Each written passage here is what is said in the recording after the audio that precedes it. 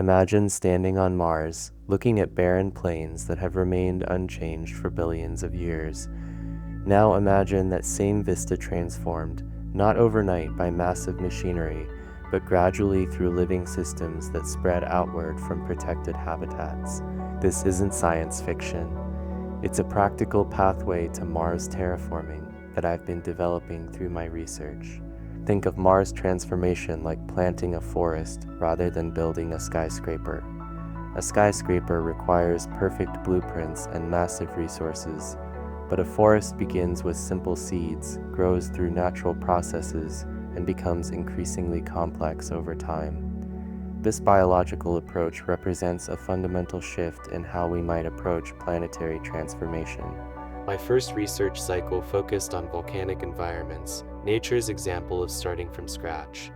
I discovered that despite beginning completely sterile at temperatures exceeding 1,150 degrees Celsius, microbial life establishes itself within just 3 months, creating populations of 1 million cells per gram with less than 0.1% available carbon.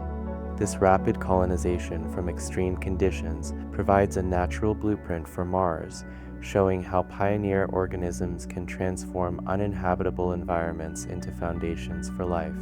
Building on these colonization patterns, my second cycle explored lava tubes, revealing remarkably diverse communities with 1,711 unique bacterial types organized in precise zones.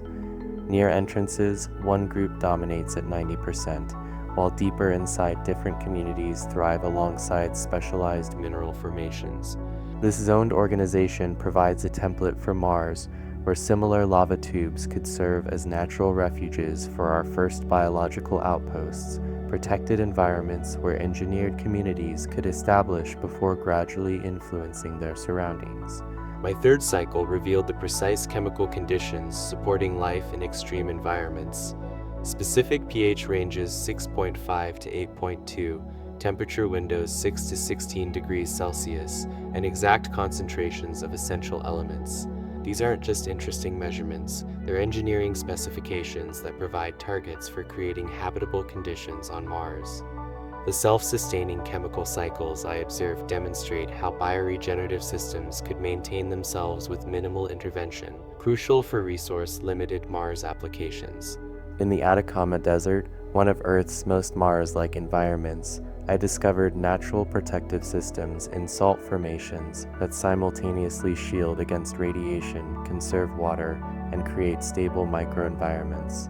These crystalline structures demonstrate how protective systems might be grown, rather than built on Mars, using local materials and biological processes to create habitable spaces in otherwise hostile conditions. Moving from observation to engineering, my fifth cycle explored how we might adapt organisms specifically for Mars conditions. This bioforming approach, engineering life to suit Mars rather than changing Mars to suit life, offers practical advantages by working with limited resources. My research identified 2 approaches: enhancing existing extremophiles using CRISPR technology, or developing synthetic organisms from scratch based on my earlier findings. This represents the transition from understanding natural systems to actively designing biological solutions. My sixth cycle identified key organisms for Mars ecosystem development. Oxygen-producing cyanobacteria emerged as promising candidates, with some producing 16.8 tons of oxygen per hectare annually, far more efficient than trees. Testing with Mars regolith simulant revealed that nitrogen-fixing species consistently outperformed others, maintaining peak performance despite challenging conditions.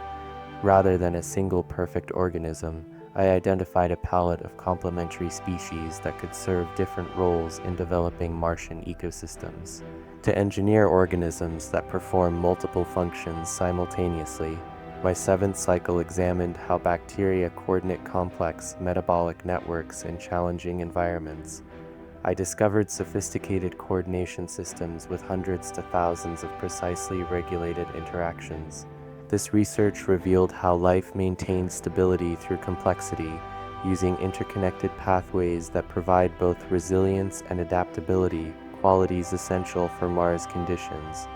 These natural coordination systems provide blueprints for engineering organisms with integrated metabolic networks. My 8th cycle developed quantitative methods to assess bioregenerative systems, introducing 4 metrics for measuring sustainability: resistance, resilience, consistence, and persistence. A particularly significant discovery was identifying ecosystem control points, specific areas that disproportionately influence entire systems.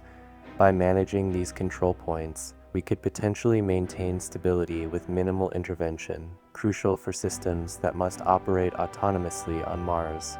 My 9th cycle explored practical implementation through integrated biological systems that perform multiple functions simultaneously. Research on algal photobioreactors demonstrated specific performance metrics: biomass production rates of 0.353 grams per liter daily and oxygen generation of 3.15 milligrams per liter. These systems could operate using natural Martian sunlight without additional power requirements, requiring only 200 liters of culture per crew member, a volume smaller than a typical household aquarium. These aren't theoretical concepts, but practical specifications for implementing bioregenerative systems. My final research cycle examined the Lunar Palace experiment, a 105-day closed system test integrating plants, water treatment, and waste processing. This habitat-scale implementation achieved remarkable results: 100% water regeneration, stable atmospheric conditions, and consistent food production. The system maintained a closure coefficient of 97%, validating that approximately 20 square meters of crops can supply sufficient oxygen for one human. This transforms terraforming from theoretical speculation to demonstrated possibility. Throughout my research, I encountered 3 significant challenges. First, finding the needle in the haystack, identifying the right terms and connections to tie together my diverse research cycles. The challenge of working across multiple scientific domains required developing new frameworks for understanding. Second, inferring from sources with inherent gaps. Moving from microbial understanding to chemical foundations to validation systems required bridging areas where complete information wasn't always available. Third, progressing from highly specific details to broad system concepts and back again. Beginning with precise measurements and specific organisms, then synthesizing these into comprehensive terraforming concepts while maintaining scientific accuracy required constant recalibration of perspective. Despite these challenges, my research yielded 3 important successes. First, moving from specific to broad and back again. I successfully progressed from highly specific details like colonization rates and pH ranges to broad system concepts like graduated terraforming, and then to specific applications like bioregenerative habitats. This approach allowed me to develop a comprehensive framework while maintaining practical implementation details. Second, leveraging personal aquaculture experience. My hands-on experience with nitrogen cycles and foundational life forms informed my research interpretations, helping me connect theoretical concepts with practical insights from working with similar biological systems on Earth. This background allowed me to envision how natural biological systems could develop within technological frameworks on Mars. Third, creating a novel incremental approach. I developed an original terraforming methodology that diverges from traditional, all-at-once approaches, integrating insights from 10 diverse research cycles into a cohesive, graduated strategy that works with biology rather than against Mars constraints. This represents a fundamental shift in how we might approach planetary transformation. What if the first human colonists on Mars could plant not just a flag, but the seeds of a new biosphere? Based on my research, I envision a 3-phase approach.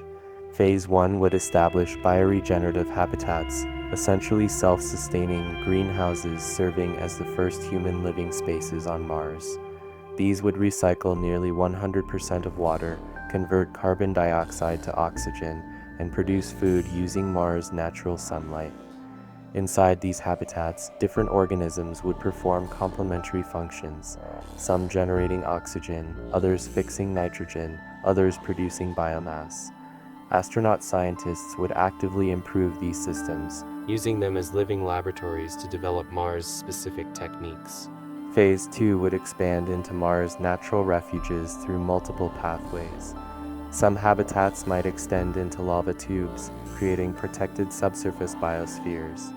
Others might connect through surface structures with engineered boundaries. This network of biologically active nodes would create resilience through diversification, with specialized communities adapted to local conditions. Phase 3 would implement variable boundary systems, enabling graduated expansion.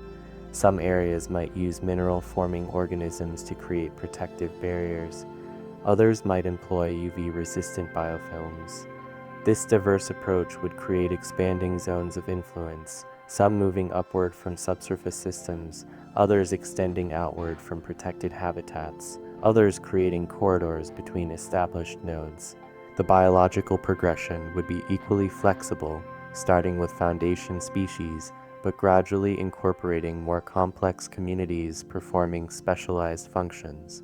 What makes this approach revolutionary is its embrace of diversity and adaptability, the very qualities that make life successful on Earth. By engineering multiple pathways for Earth's legacy to expand into Mars, we create not just temporary habitats, but resilient biological networks that can transform Mars from a place we visit to a world future generations might call home. Thank you for your attention.